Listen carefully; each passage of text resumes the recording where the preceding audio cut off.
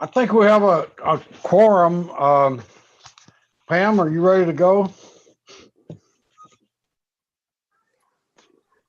I am ready. Okay. Welcome, everyone, to the open session to hear public comment before closed session. Call the roll, please. It is 5 o'clock. Vice Mayor Bates. Present. Councilmember Choi. I'm here. Councilmember Johnson. Here. Councilmember Martinez. Here. Councilmember Myrick is absent. Councilmember Willis Here. and Mayor Butt. Here. It's for the audience. If you would like to make a public comment on any of the following items the council will discuss in closed session, please raise your hand now. To comment by video conference, click on the participants button at the bottom of the screen and select the raise hand button. To comment by phone, press the star key and then number 9. After all the items have been read into record, the request to speak period will be closed. For City Council liability claims, Roberto De La Pena versus City of Richmond, conference with legal counsel, existing litigation, City of Richmond versus Pacific Gas and Electric Company, conference with labor negotiators, agency representatives, Jack Hughes, employee organizations, SEIU Local 1021, the full-time unit, SEIU Local 1021 part-time unit, IFPTE Local 21 mid-level management unit, IFPTE Local 21 Executive Management Unit, Richmond Police Officers Association, RPOA, Richmond Police Management Association, RPMA, IAFF Local 188, and Richmond Fire Management Association, RFMA. And do we have any participants that would like to speak? I do not see any hands raised.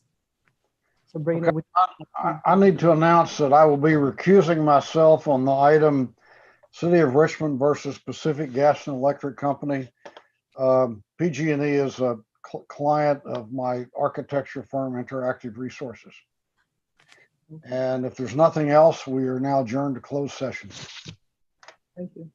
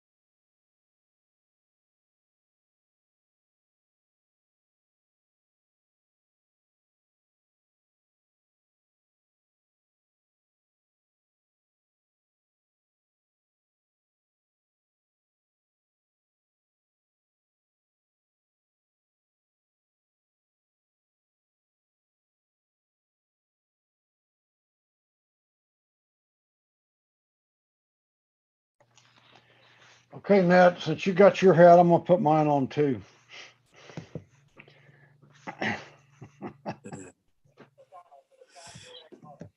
Us old vets got to stick together, you know. Exactly.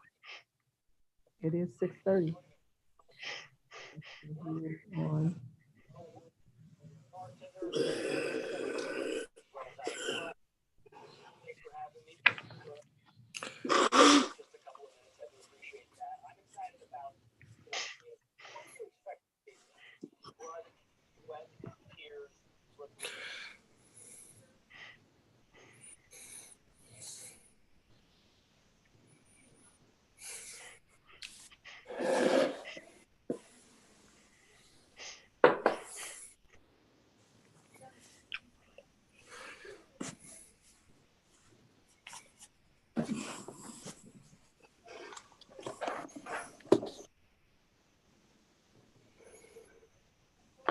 Okay, I see four, so I think we're ready to go, Pam, right? Yes, we are. Okay. Welcome everyone to the regular meeting of the Richmond City Council. Call the roll, please. The time is 6:31. Vice Mayor Bates, Here. Councilmember Choi, Here. Councilmember Johnson, absent Councilmember Martinez, absent Councilmember Myrick, Councilmember Willis, Councilmember Willis. I saw him. Just Here. There he is. Mayor Pat, Here. Councilmember Martinez is here. Here. Here. Councilmember Johnson. And then Councilmember Myrick. So right now we have council members Johnson and Myrick absent for roll call. Next on the agenda, statement of conflict of interest. Are there any? Hearing none. Agenda review.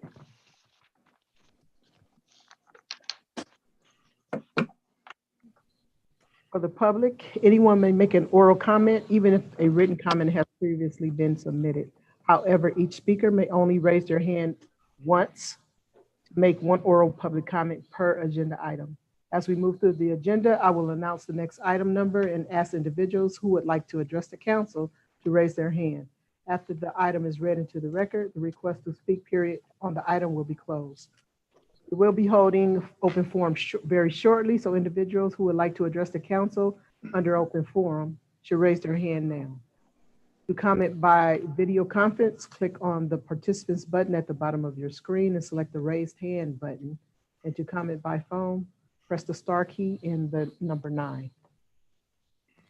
Next on the agenda is a report from the city attorney of final decisions made during closed session. Good evening, Mr. Mayor, council members. There was no final report. I do need to report that your labor negotiator was initially Neil Camello, Human Resources Director, and then became Jack Hughes. Thank you. Item E is a report from the city manager. Good evening, Council. I am really excited tonight to let you know about some progress that we're making on an item that a number of you are interested in.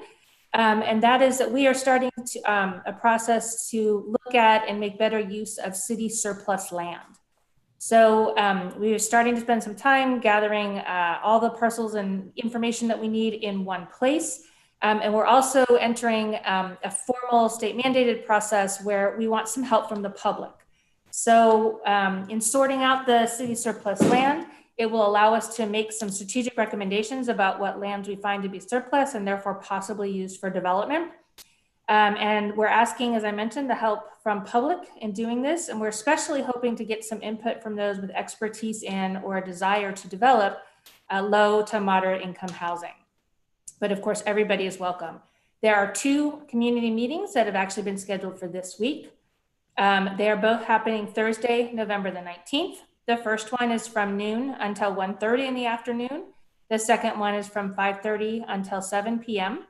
They're both going to be virtual, of course, and we are hoping that people can RSVP.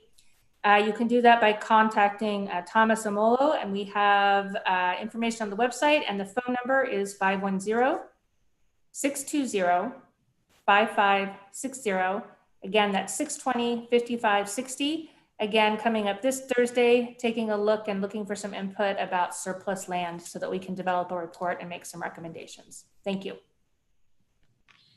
Okay, for the record, Councilmember Johnson is present. Next on the agenda is open forum. We received 2 comments by 1 o'clock today, and I'll just read those. 1 comment received in support of items G10, the Workforce Development Board appointments, and item G11, Youth Council appointments. We received another comment requesting the city of Richmond join other Bay Area cities and towns in issuing a proclamation in support of United Against Hate Week 2020, a movement against the bias and bullying in West Contra Costa County. We have 2 speakers for open forum. Each speaker will be allowed up to 2 minutes to address the council. And I'll turn it over to Sabrina. Our first speaker is Mike Parker. Mike Parker, you may begin.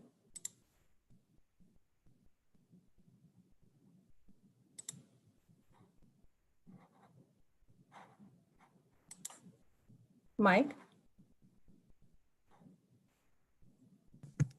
Am I there now? Yes, you may Okay. begin.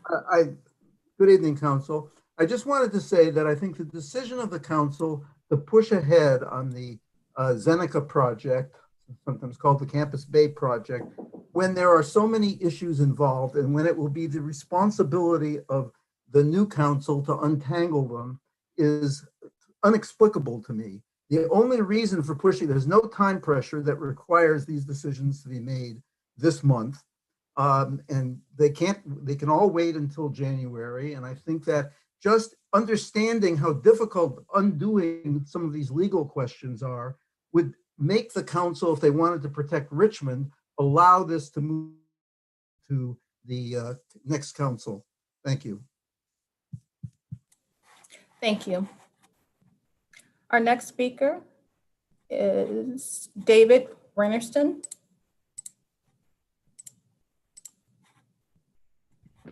Hi, I'm David.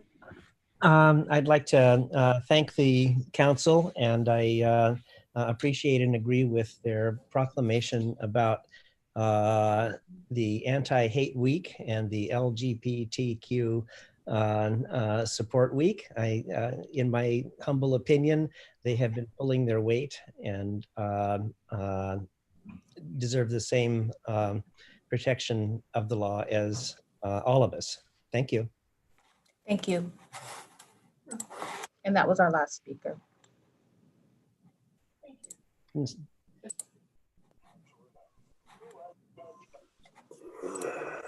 That was our last speaker for open forum. Next on the agenda, we need approval of the consent calendar. Need a motion to approve the consent calendar. So moved. Second.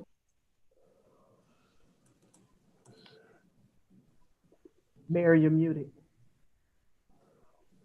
Motion by Choi, second by whom? Willis. Willis. Okay, thank you. Okay, call the vote, please. Vice Mayor Bates. Yes. Councilmember Choi. Yes. Councilmember Johnson. Yes. Councilmember Martinez. Yes. Councilmember Myrick. Yes. Councilmember Willis. Yes. And Mayor Butt. Yes. Vote is unanimous. Next on the agenda is item under council as a whole, item H1 is to receive a presentation on the Richmond Department of Children and Youth draft community needs assessment report. And Ms. LaShonda White, you will have 2 minutes to present your presentation. Did you say I'll have 2 minutes? Oh, man. Thank you, Madam Clerk. Just a little humor. Well, how many minutes do you need? More than 2. I'll give you 4. Two, rate. We'll go as quickly as we can, but it's important information. So good evening, Mayor Butt, Vice Mayor Bates, and members of the City Council. LaShonda White, Acting Deputy City Manager for Internal Services, and I serve as the Director for the Department of Children and Youth. I'm going to share my screen right now. Can everyone see the presentation? Yes. Yeah. Did it start from the beginning? Yeah, there you go. Yeah, go ahead. Okay. So once again, thank you for this opportunity. I have with me to present tonight HTA or Hatchell, Tabernick and Associates staff. And I have Lori Aleo. She is the director at HTA. They are our consultants that we hired back in March through a competitive process, and we are really happy to have them on board. We also have Kweli Katswana, who is with us also, and they will both be helping me present tonight some information that we received through our community needs assessment process. Real quickly, Mr. Mayor, I just want to confirm that this is the version you want us to see, because the version that we're seeing right now, we can see your notes and whatnot. So I don't know. Sorry. Okay, it's fine. I just wasn't sure if that was. No, I don't want you to see. You don't have to see all of that. Yes, I think you just have to go into slideshow, and I think if you go back to slideshow and press from beginning, it should. I show tried that, and it's coming up no? on my other screen, which is actually really interesting. Okay. All right, there might not be a way around it. But. KCRT, can you share for me instead? If I stop sharing, my apologies. LaShonda, there's a little screen at the very bottom that you can click on. At the very bottom is kind of tiny of the presentation, and that's the one that puts it into PowerPoint. Okay, I'm sorry, everyone. Oh, all right. Is that KCRT to the rescue? Thank you. There you go. They are Team Awesome. So thank you, KCRT. So once again, I have HTA staff with me. You heard them speak, Lori and Kweli Katswana. We are really excited to have them present with us tonight. I also want to thank the Richmond Department of Children and Youth staff, David Padilla, Patrick Seals, and Guadalupe Morales. They have been really great and helpful in moving this process forward. Next slide. So on October 27th, we came before City Council and provided you with an update on all the wonderful work that we've done so far with the help of our community, stakeholders, as well as service providers, in getting information to help guide us through the community needs assessment process. So we are engaged in a community needs assessment process per the charter, and that allows us to identify current services available in the city of Richmond, as well as gaps in services. And this is all surrounding needs and services to support our young people under the age of 24 and their families. And that is what the Department of Children and Youth is about. And that's what Measures E and K were about, and helping to find funding to help do that work. The community needs assessment was asset focused. So we have really wonderful things going on in Richmond, as we all know. And so we really wanted to start there versus always looking at gaps and what is needed. It was completely centered on community, and we're going to talk about that a little later. And this process will help lead us to a 3-year strategic investment plan process or plan. Next slide. As we went through the community needs assessment work, we really wanted to take some time, especially because at the time that we brought HTA on board in March, COVID hit. So we really had to change gears in terms of how we were engaging the community. Part of what that looked like was for us to make sure we had some guiding principles and a guiding vision in how we were going to go forward with this work. So as you see here, we came up with these in collaboration with our oversight board, as well as community. And our vision is that we would implement a needs assessment and strategic planning process that honors community voice, including a diverse range of youth and adults alike, to develop a comprehensive, equitable investment plan that reflects community vision. And you can see some of the guiding principles that have led us through this work. So with that, I'm actually going to turn it over right now to Ms. Kweli Katwana, and she's going to talk about some of our community engagement that we did.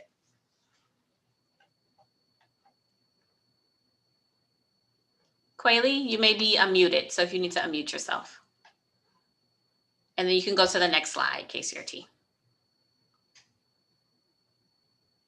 Sorry about that. Actually, Lori's going to do mine. I have unstable internet, and I don't want to have a problem. Okay, with no problem. Thanks. Thank you, Kweli. Thank you, Lori.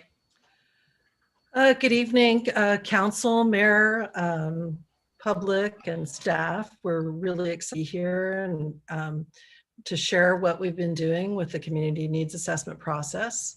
Sorry, Kweli can't talk to you because she had a power outage most of the day and her internet has been down. So some things you just can't control for. As you heard from your staff before, the content of the needs assessment had several key components. The first was community surveys.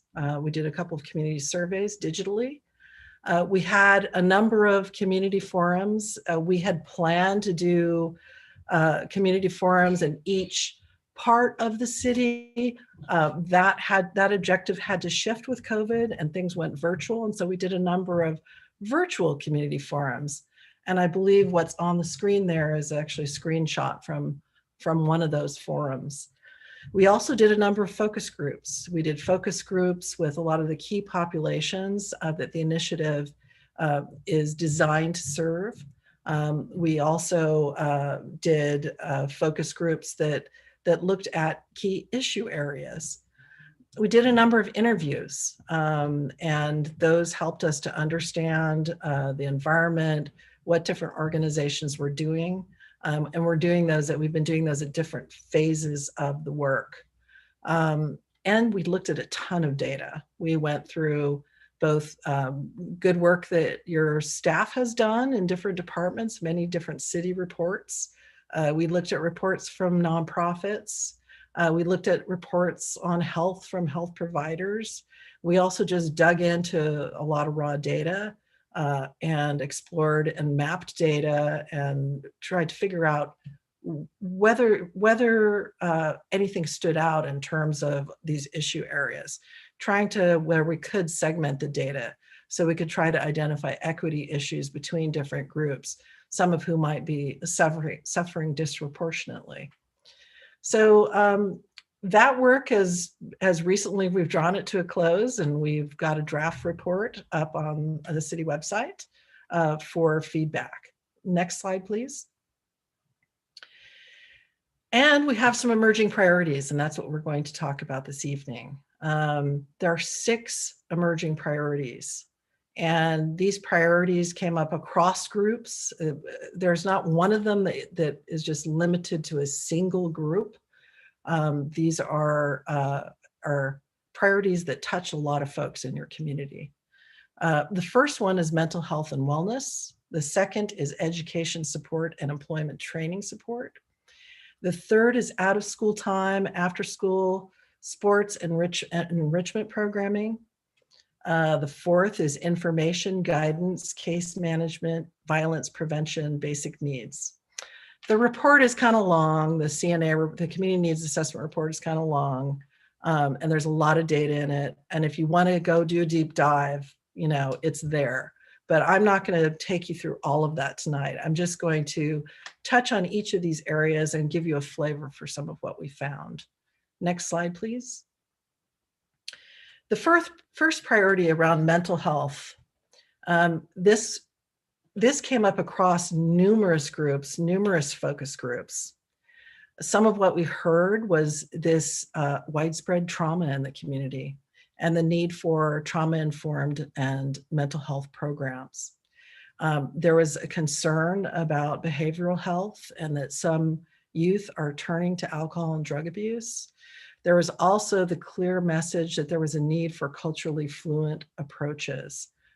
Some different groups felt that their communities didn't think of mental health in the same way and would need specific approaches designed for them. Next slide, please.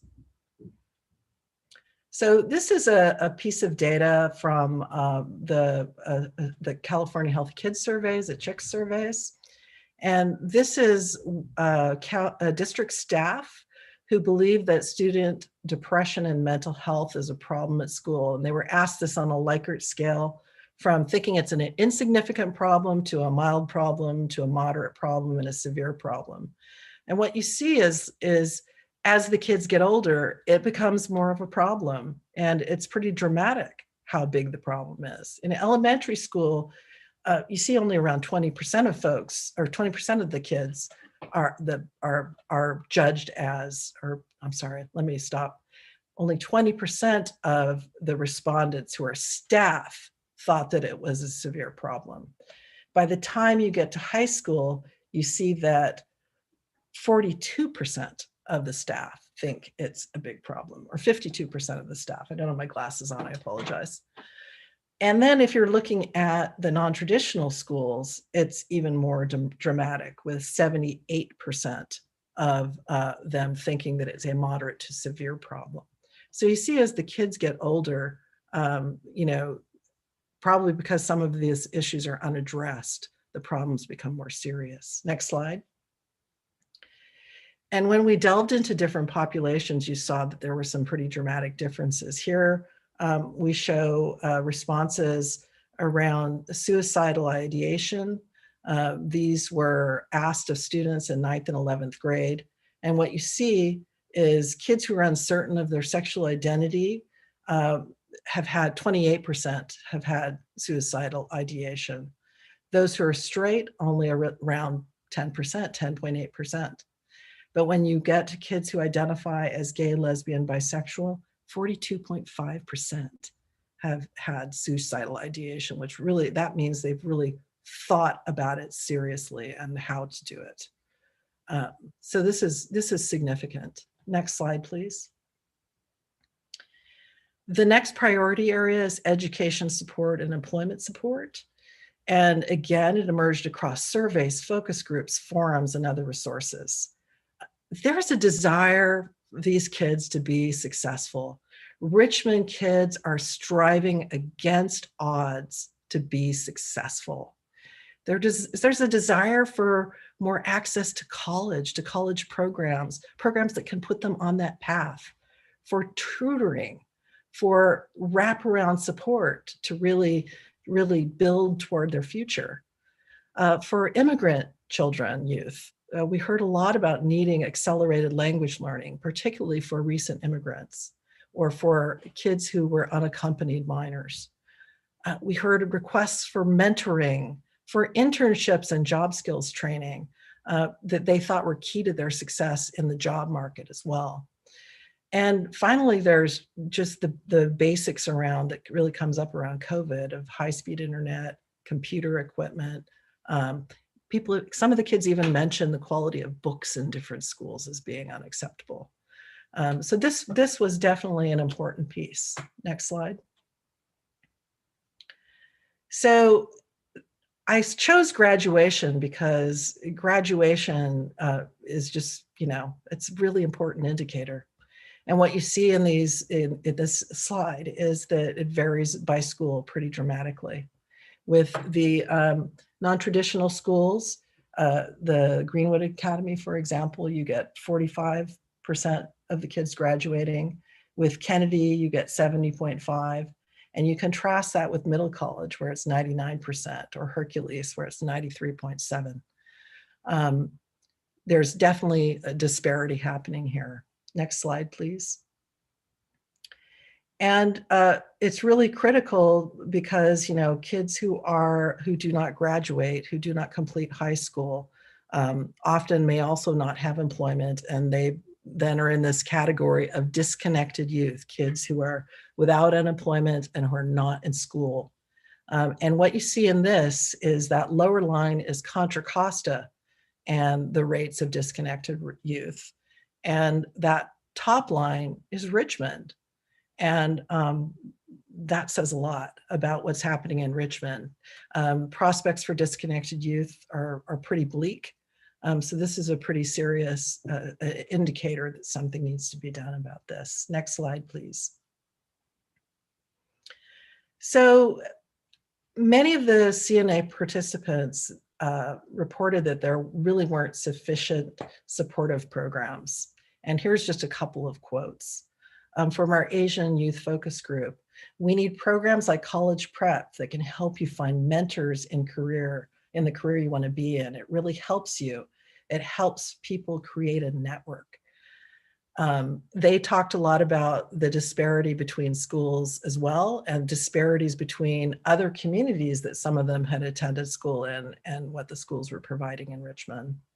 And then this other quote, I want there to be a training program that helps youth apply for college and scholarships. When I applied, I didn't know what I was doing. That was from an immigrant youth focus group. And those youth really needed more wraparound support in order to be successful. Next slide, please. For enrichment, and when I say enrichment, we're really talking about out of school time, after school sports, and enrichment programming. So it's a little bit broader. You said specifically that they would participate more if barriers were removed. Programs needed to be low cost or no cost. There was a huge popularity around sports and outdoor activities, things like hiking and bicycling and that kind of thing.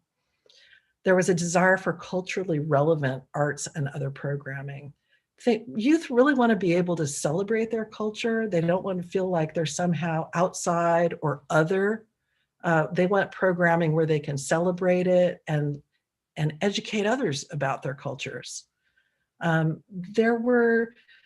There were also indications that a lot of folks wanted spaces, something like Rise, for example, maybe in another part of the city or targeted toward a different group. And the kids noted that there were very few of those in Richmond. So that's something that came over and over with different groups. Next slide, please. So this is probably a little hard to read for you. This is from the Y Plan survey. This is from Kennedy High School. The survey was a pretty large survey. And when asked about what extracurriculars they do, the kids said, the biggest one was sports. No big surprise there. The second biggest was video gaming. I guess that's no surprise. But then, the numbers of participants in these other types of activities were really small. And that, I think, was surprising to some folks because of the kinds of resources that are available. Next slide. When you asked well, you know, if the programs were more accessible to you, would you participate? This is the response you got. What you see there is English responses on the left, Spanish responses on the right. And, you know, from 1 on the left to very unlikely to 4, very likely, the vast majority of the kids said, yes, we would participate more if it was more accessible. Next slide, please. So then they were asked about what the barriers are. And what you see there is the highest barrier is schoolwork. Well, probably we can't grumble too much about that, right? If kids are doing their schoolwork. But then it comes in as a really hot, the highest one for Spanish speaking kids is actually not having the knowledge of what's out there and how to join those programs, right? And then things like transportation or the cost, the money that it costs to join some of the programs, even when it's pretty small for some of these kids, it puts them out of reach. So you see that there's a number of barriers that have to be addressed. And that definitely influenced a lot of our thinking around the priorities. And that this was an area where this initiative could make a substantial dent in some of those barriers. Next slide, please. The next priority was information and guidance, and also case management. We heard from parents, from students across all types of groups, that there was difficulty navigating programming at Richmond. Even where there was stuff available, it was hard to figure out what they should join, whether they could join it, what was most important. There wasn't enough available information. People didn't know how to find out about information. For students and young people with more complex situations, you saw a desire for case management type of support. And the reason for that being that, for example, transitional age youth or youth involved in the justice system are really struggling against, you know, some of them have a lot of issues or are being pressured to be independent at a very young age, and they needed more support. Likewise, recent immigrants or kids from immigrant families were also having a really challenging time trying to navigate the college prep type of pathway. And how did they get on that pathway to college? That was much more challenging for them, and they thought that they needed more support. And this information needs to be in multiple languages. There is a big barrier. As you know, there are so many languages spoken in Richmond, and it presents a barrier to those families and parents, particularly when they're trying to find services for their young children. So there needs to be an extra effort to reach the more marginalized folks. Next slide, please. So many of the people that were surveyed said they didn't access services because they didn't know about them. And again, young people wanted to navigate that turn toward the journey toward success, and parents and guardians needed that extra support. Next slide. Violence prevention. Violence came up in a number of our conversations, both in the forums and in the focus groups. Violence results in trauma frequently. And as we know from brain science from the last decade or two, we know that that can actually be a huge barrier to child development for young children and eventual success for youth. There's a barrier to participation and a significant barrier to everyday activity that comes along with violence. A lot of youth said, hey, you know, we can't go to different parts of the city. Or kids talked about shootings on their corner, which meant they couldn't be outside. So kids were afraid to actually be in particular locations. But along with that kind of violence, there is also mention of bullying, of gender-based violence as a major concern. Next slide, please. So these are the 5 categories of violence identified by youth as most impactful from the Rise Center's listening campaign, which happened a couple years back. The 5 categories most impactful, number 1 was gun violence and gang or turf-related forms of violence. The next biggest, one with the most responses was drug-related violence, followed by peer-based forms of violence, family-based or in-home forms of violence, and sexual violence. Next slide, please. Basic needs is a huge problem. And it's been a huge problem even pre-COVID. There is a large low-income population in Richmond. And as we know, the Bay Area is a very costly place to live. So a lot of people that were part of our engagement had difficulty meeting basic needs or needed support in order to meet those basic needs. And by basic needs, I mean housing, food, medicine, utilities, transportation. Housing is a particular need because the housing costs have gone up so much.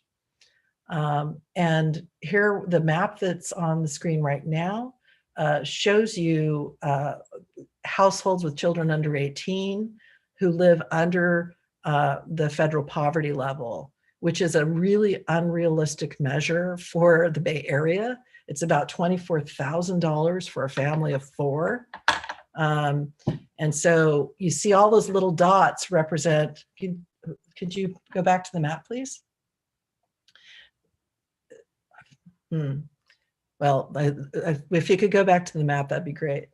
So those red areas are the census tracts with the highest rates of poverty.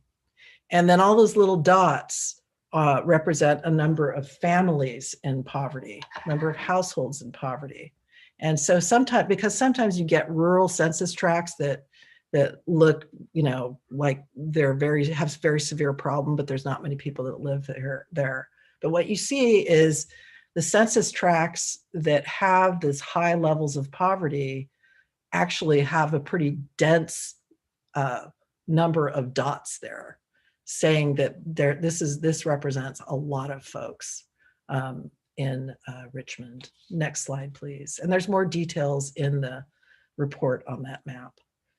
So 22% of kids under 18 live in households with incomes under 100% of federal poverty line. That's less than $25,000 a year. And meanwhile, the cost of living has gone way up, in particular housing. Cost of housing more than doubled between 2011 and 2019. And a huge percentage of Richmond residents are defined as being burdened by housing costs. Next slide, please. And this is something that is specific to COVID-19, and I thought it was illustrative because it not only mentions basic needs, but just about everything else that we covered in our 6 recommended priority areas. When they were asked what supports they needed during COVID-19, this is the Youth Truth Survey in spring of 2020, the biggest request was for tutoring and homework help, followed by support with planning for college, right? And then basics like Wi-Fi access and support using online learning platforms, which you'd think, and when people have moved to distance learning. But right after that, mental health supports. So our mental health priority. Right after that, access to food. So that's your basic needs. Then more technology, the requirements of the EIP, healthcare, another basic need, transition help, childcare, and other. Next slide. So I'm going to turn it back over to LaShonda, but I encourage you to look at the full report if you want to dive deeper into the data that we collected. Thank you. Thank you so much, Lori. I appreciate your report, and everything is on our website. So please go visit that. You can go to the next slide, KCRT. So this is a slide just to show you what we have done so far, where we are, and what's next. We are in the community needs assessment process, and what's next is that we have to develop and have council as well as our oversight board approve a strategic investment plan. We will release an application for grants, and then we'll disperse funding at the beginning of the fiscal year. Next slide. So in section 8 of the charter, which is the combination of measures E and K. So measure K amended measure E. And so when you merge those two documents together, you have the charter, and Article 15 is where the Kids First initiative lives. So in section 8 of that, it explains what the strategic investment plan is. And we've talked about this before, but this document will guide our funding priorities over a 3-year period. And so what you heard today in terms of the emerging priorities that came out of all the data we collected is the beginning of that strategic investment plan in terms of where we're going to allocate money. And the measure dictated that that strategic investment plan, that it be approved by the oversight board as well as the council by the end of December. So we will be coming back to the council December 1st with a draft, and then for final approval on December 15th. And that the funding priorities in that plan had to be based on the community needs assessment process, which is why we spent so much time to make sure we heard from our community to get that information right. Next slide. After we do the strategic investment plan and have that approved, staff is already working, but will continue to work on a request for proposals, which is also a grant application. That also, in terms of the application process, is outlined in the charter in section 9. And we, as staff, have the ability to develop that, and we are going to take information from the strategic investment plan and the funding categories to help develop that request for proposals. We also have been talking to and working with Oakland and San Francisco. They have both done this many, many times. And so we're learning from them and not trying to reinvent the wheel. And we're also making sure we look at some of our own internal practices, because we do also have grant programs here in the city. This grant application will be available to both well-qualified service providers. So that's both nonprofit organizations and public entities. And here's an idea of some of the components in that request for proposal. And we will be working with our oversight board per the charter to develop this RFP. Next slide. On October 27th, when we came, there were some questions and need for clarity around eligible entities and eligible use of funds. And so I stated that I would come back and provide some of that information. And also some of this information will be included in the request for proposal. So it's really clear to organizations who can apply, who can't apply, what can the funding be used for, et cetera. So per Article 15, Section 4C of the charter, it says that eligible entities that will be able to receive funding shall be public entities as well as nonprofit community-based organizations. Next slide. So while it states that sections 5A and 5B of the charter also talk about which types of organizations are excluded from receiving funding. So section 5A states that a lot of the law enforcement agencies are not eligible at all to receive funding. Transportation is not eligible except to the extent that the transportation is needed to access eligible services supported by the fund. So people need to get to mental health services or get to after school programming. That's an exception. Also in 5B, it states that there are some public entities, and they're listed, that can apply for funding, but can only do so in collaboration with community-based organizations. So while there is no cap, that 20% cap was removed with the amendment of Measure K, but it still did not remove the mandate that some organizations had to collaborate with community-based organizations in order to access these funds. So in terms of the city of Richmond, it includes our libraries, Office of Neighborhood Safety, our Richmond Housing Authority, as well as Youth Works. So those are the ones that were spelled out in the measure. Next slide.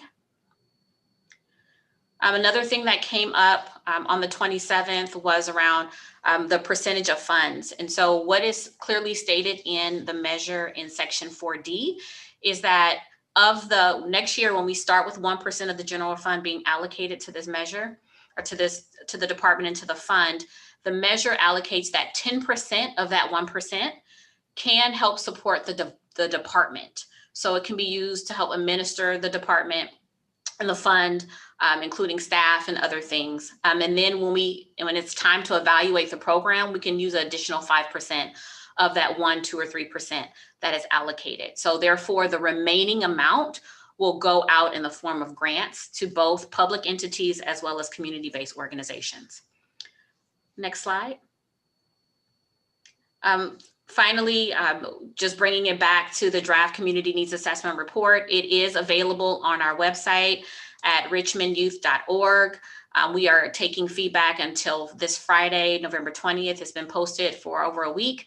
We've gotten some feedback. We will be meeting with some service providers this week to get additional feedback. And so we really would appreciate if anyone has the ability, interest to go and look at the report. We ask that you please do that. And we look forward to your feedback. Last slide.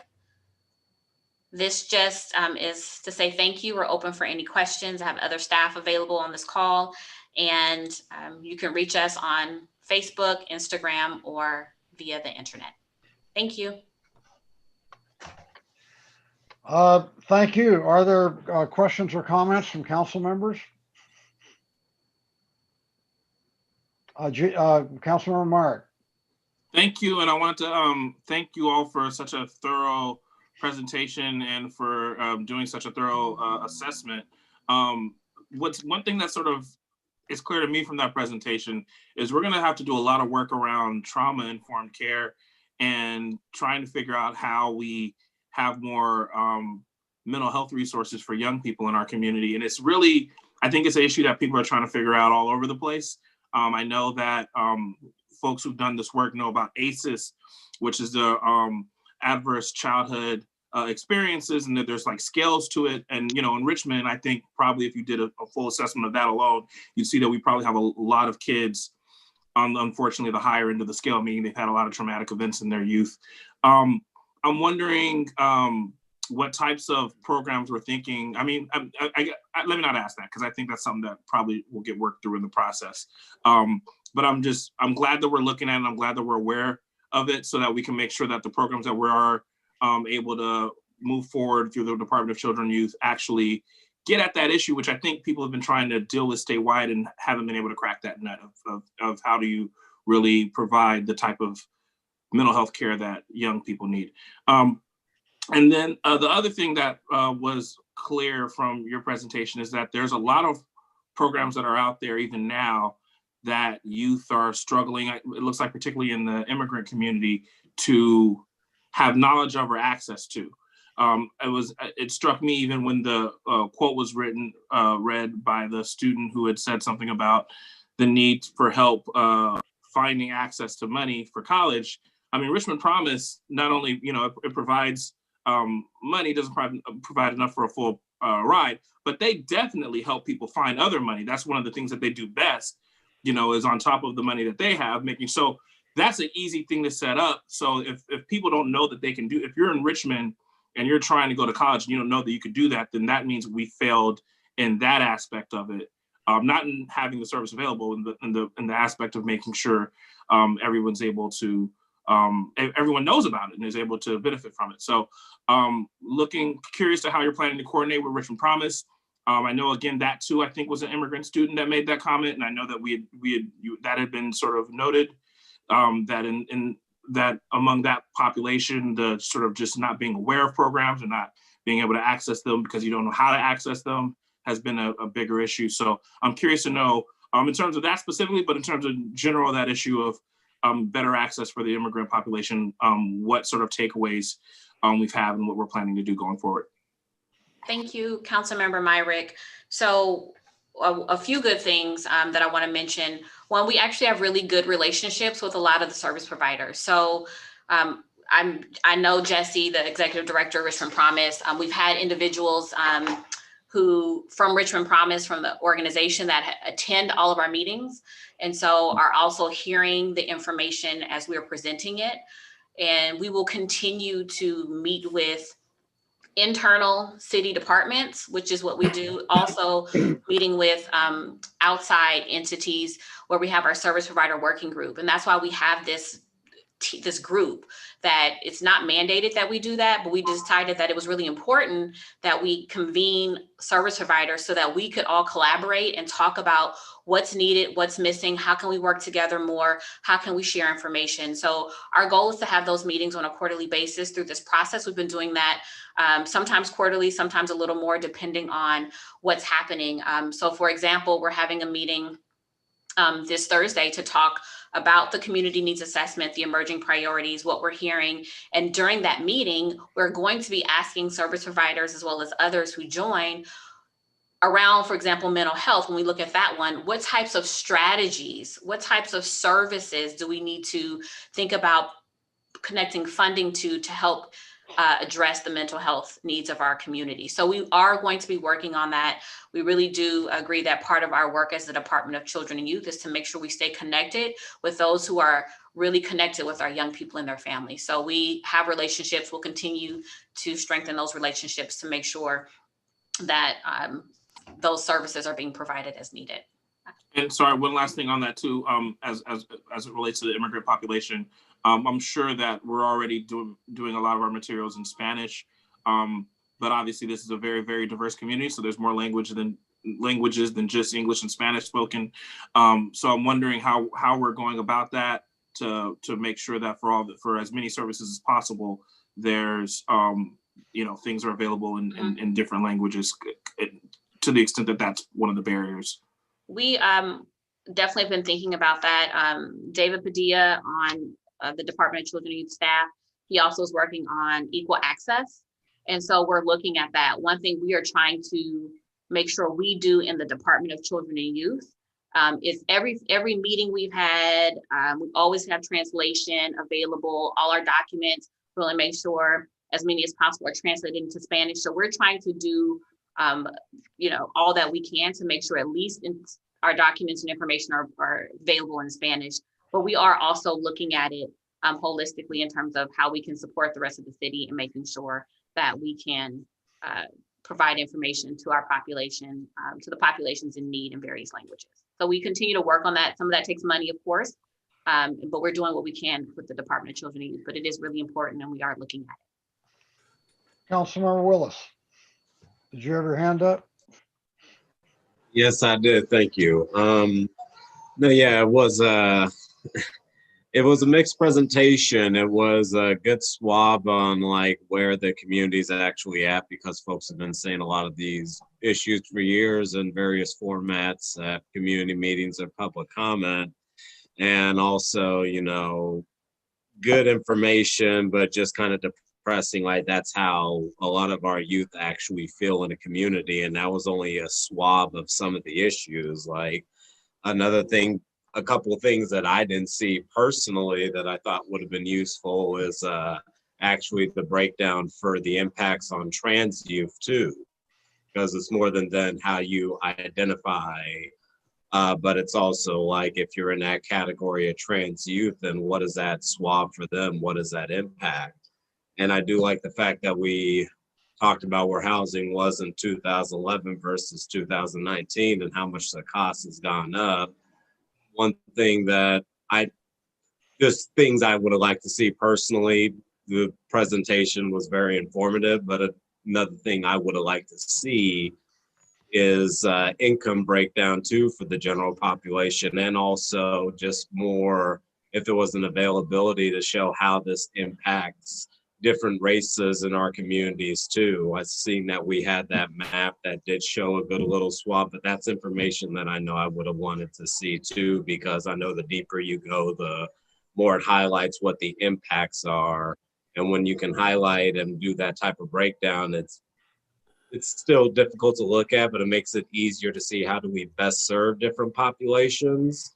And also a question that I would have liked to see asked is, especially for our immigrant youth, like bringing to light like how many of them are actually having to translate documents or go through the process for their parents because of a language barrier. Like that's something I hear with among my peers and friends. And that's an experience either some of my friends have had to do or they know somebody that's actually doing it. So it was a great presentation, but it just actually brought up more questions for me too. Like, and it was very depressing to see. And now actually approaching almost, for as long as we've been in shelter in place since the pandemic and COVID started, makes me wonder, like with the digital divide, the loss of income and wealth, and the new stressors that are involved in terms of maintaining housing and getting food, on top of just what it's like to be isolated away from your friends and family. How has that dramatically increased those numbers on people impacted by mental health? For example, I was somebody that was bullied, that was punched in the stomach, called names, and felt very, very, had that low self-esteem. Like I would have been one of those folks answering the questions too. If the question was asked to me back then, and I know things have significantly escalated and gotten worse since I was a youth in that category a long time ago. So I appreciate the presentation. I'm actually glad the Department of Children and Youth is actually taking things that have been said for many years and actually putting it into hardcore data. And it makes me want to see like what other data indicators could we get out there to not only get more specific on the impacts broken down by these different populations, to not only deepen our understanding on what our populations are going through in the low-income people of color community, but at the same time, like what are those solutions that communities want to see that makes them feel like that they would actually be able to thrive in this community as well, in terms of getting access to services and resources to mitigate some of those impacts are going through. So I could say a lot, but yeah, it was a presentation, and my comments on the things I would like to see is something that I just hope get discussed moving forward in the future, just in terms of like really flesh out some more of those things that we already know about, but just get some more data on it. So thank you. Other comments or questions? While we're going to the next, I just want to say for Councilmember Willis, this is the beginning, right? This was our first opportunity to try and get information.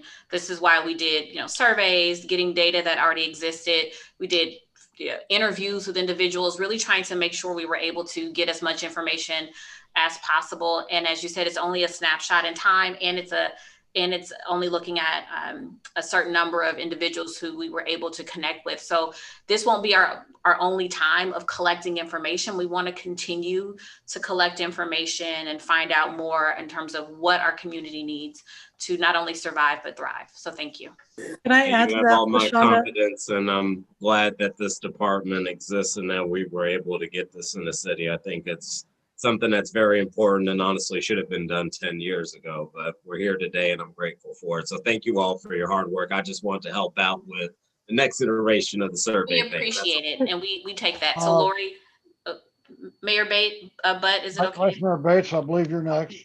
Lauren, did you want to say something? Yeah, I just wanted to offer that for the councilman that there is the report is around 50 pages. And there's a ton of data in there. A lot of it is broken down by race, and you may find some of the things you're looking for in there. We had to be very concise in the kind of things we shared tonight, just to give you a flavor. But I wanted to reassure you that we did do a lot of that digging, and the information, I think you'll find it interesting.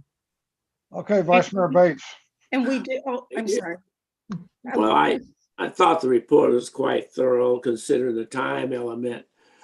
I do share a few of the comments that Councilmember Willis mentioned. The next report, maybe at some point, it would be interesting to know the demographics of who we're dealing with. How many different foreign speaking youth are we associated with? The other thing I was curious about is what about the homeless? Are we serving into that population as well, and how are we doing so? And etc. So thank you, Vice Mayor Bates, for that. And we can, if people think about other information that they want, please let us know. We can try and find ways gather that information. The homeless youth, they are a priority population. As you can imagine, it was more difficult for us to gather information from that population. And so we were able, Patrick Seals in our department was able to do 2 interviews to get some information that helped inform our community needs assessment work, but it's a very small amount. We are trying to build our relationships with organizations like GRIP, and we've had individuals come in terms of service providers, but actually being able to GRIP and the rescue mission.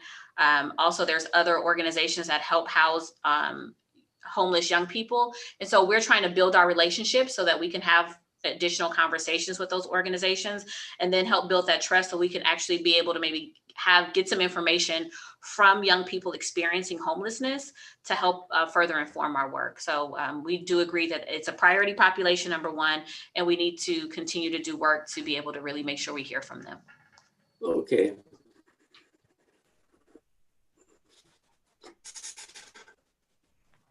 Mayor, if I may. Yeah, I'm sorry, I was muted. Yes, Councilor Martinez. Yeah, from the questions that you've gotten, it seems as if you should have done the complete presentation of the complete survey, because there were a lot of questions that would have been answered if you had done so. What was really of utmost amazement to me was the number of residents born outside of the U.S., over 35%. And I think that the fact that 35% of Richmond residents were born outside of the U.S. Really highlights the importance of us being a sanctuary city. So in terms of sanctuary cities, has your report broached that issue?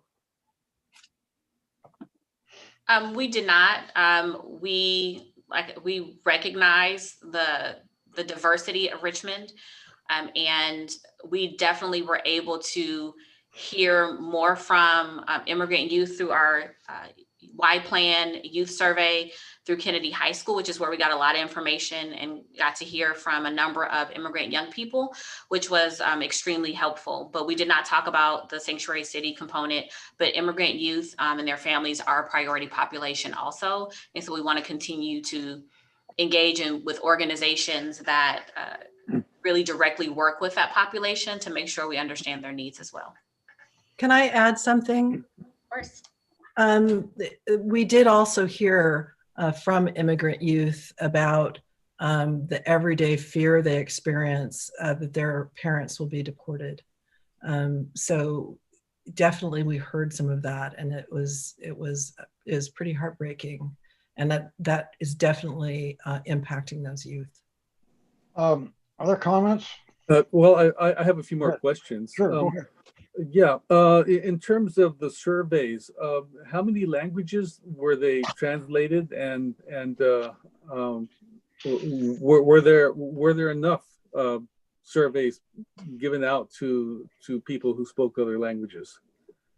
So for purposes, for this purpose, we had 2 different sets of surveys.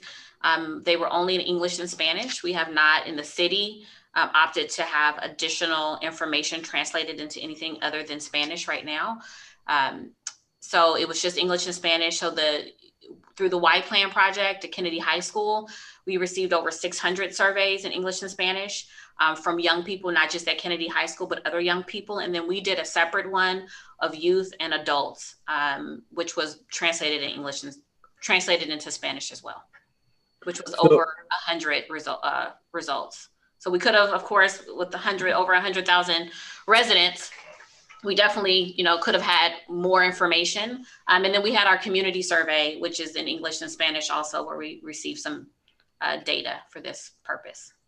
So how do you plan on getting data for the Asian communities, such as who speak Tibetan or Chinese or Hmong or Mien?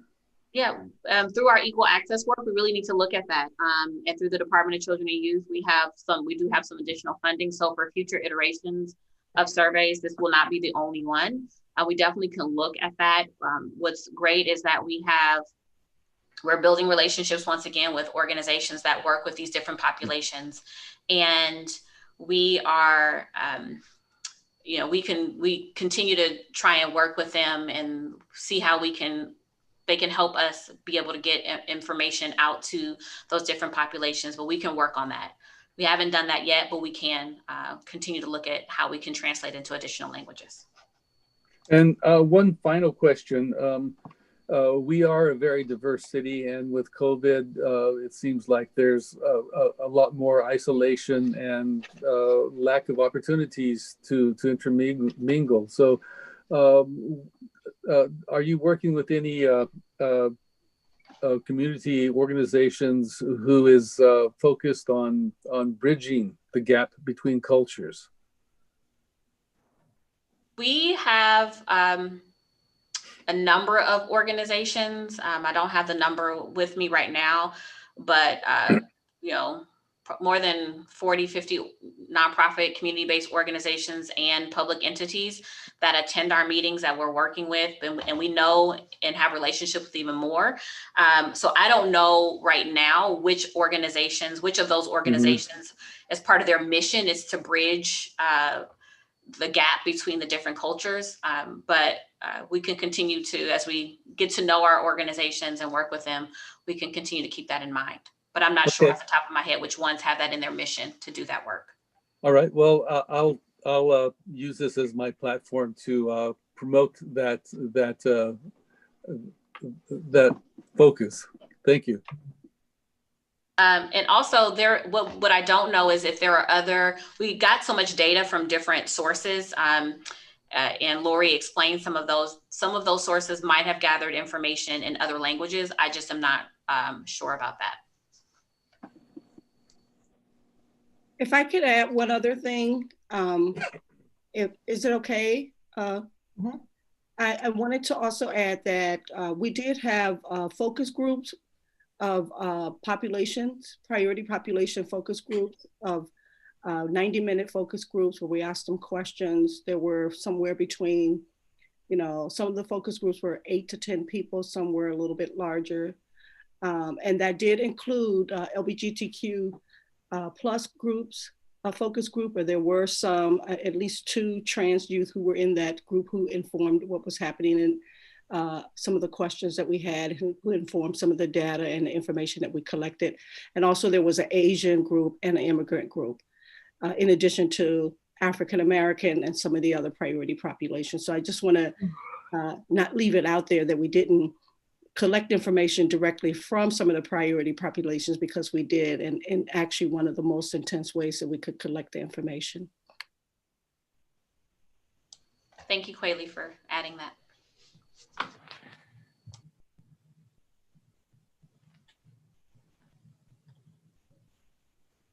You're muted, Mayor. You're muted. You all did, yeah, thank you. You all did a really good job in collecting information and putting together these priorities. I think you reached out to an incredible array of sources. One thing that it strikes me that there are a couple of parts to this. One of it is actually providing the programs and services that people want and need. And another one that got my attention was the slide on information, guidance, and case management, and the comment that there was not enough availability about services, which was it was a very strong comment. And that's a problem that has existed for a long time. Back when I first got on the council, I had kids that were they were in high school, but when they were even younger, one of the things that parents always complained about was not being able to find out information about available programs for kids.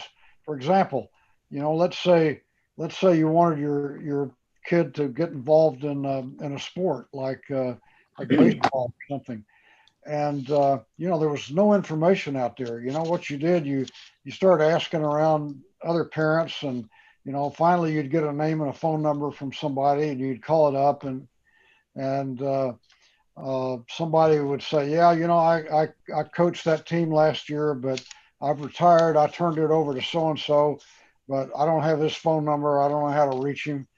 And it was really difficult. And I actually authored a resolution. It was passed unanimously by the city council to have the city come up with a database and maintain it that provided this type of information that was available online. And unfortunately, that never happened.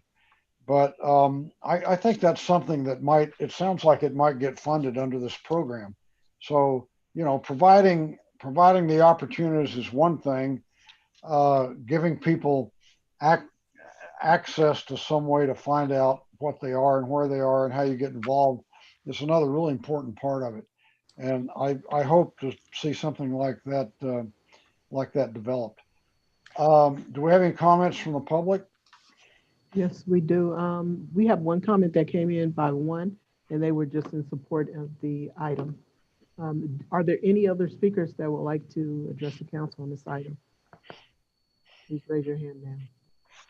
Okay, well, that concludes this. We have one speaker. What? Oh, you have one speaker, I'm sorry. Mike Parker. Thank you. And thank you very much for the very informative presentation. I think it identifies tremendous needs. I also think it's terrific that we are now prioritizing services and support for our youth and increasing our budget for those. I would point out that these programs truly contribute to creating public safety, and this is really what public safety is about.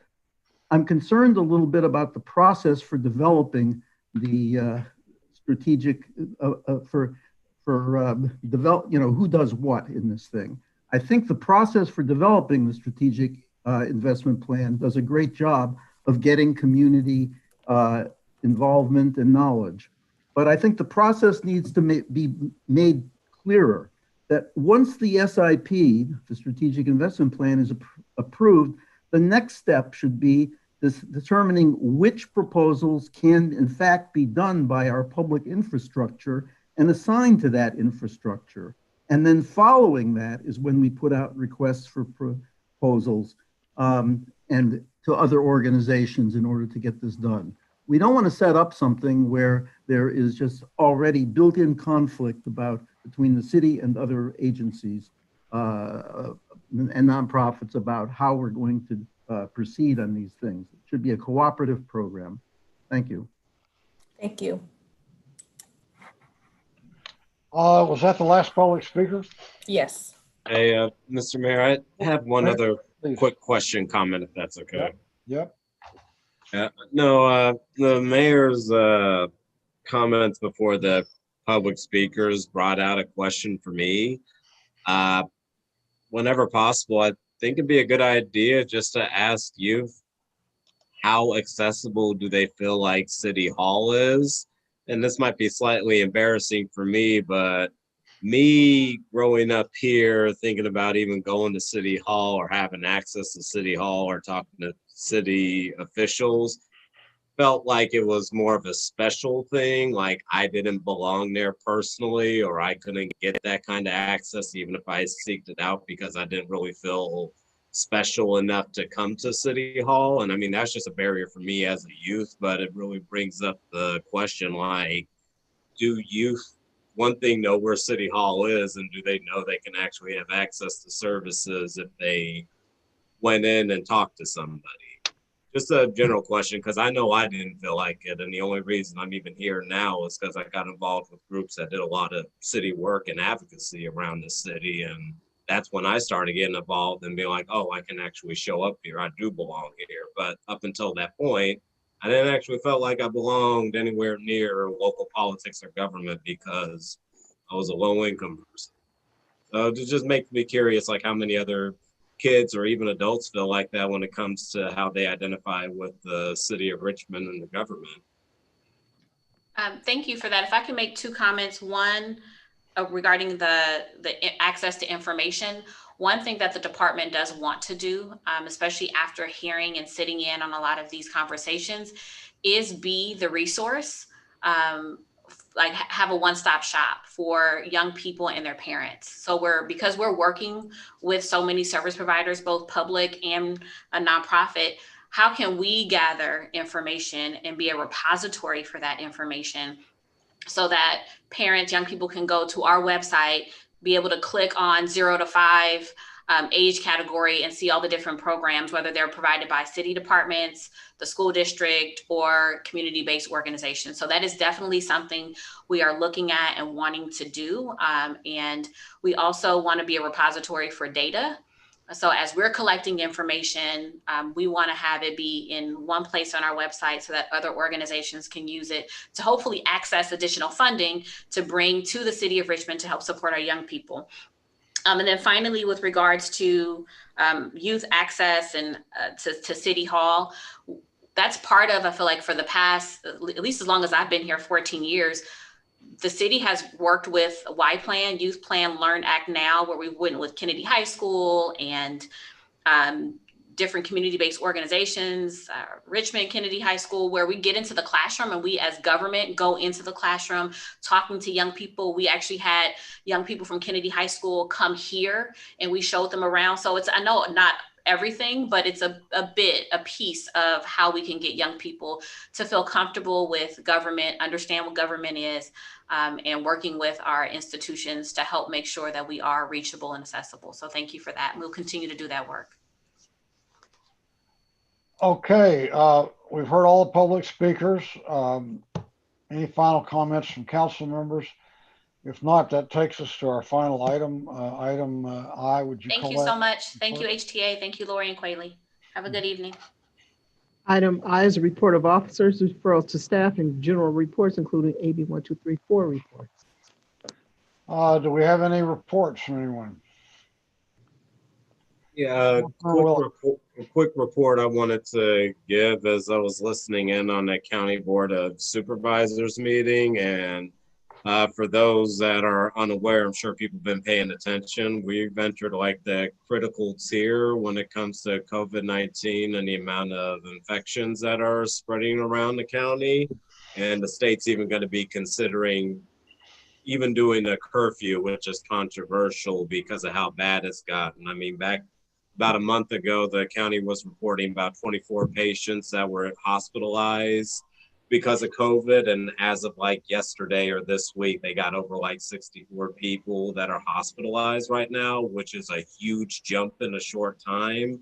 So everybody, especially with Thanksgiving coming up, like I know beyond challenging times and everything, but we have to do what we can to wear a face mask and keep our distance from folks to try to curb the spread and think about the long term rather than the short term, because things have escalated dramatically even before we started the shelter in place. The county's starting to feel it, the state's starting to feel it, and it's more important than ever that we do some personal responsibility and wear our mask completely, not under the nose, pass on the chin, on the mouth, but completely around our face when other people.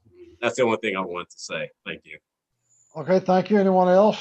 Councilor Martinez? Yes, last Friday, November 13th, I was a moderator on a panel that lasted all day.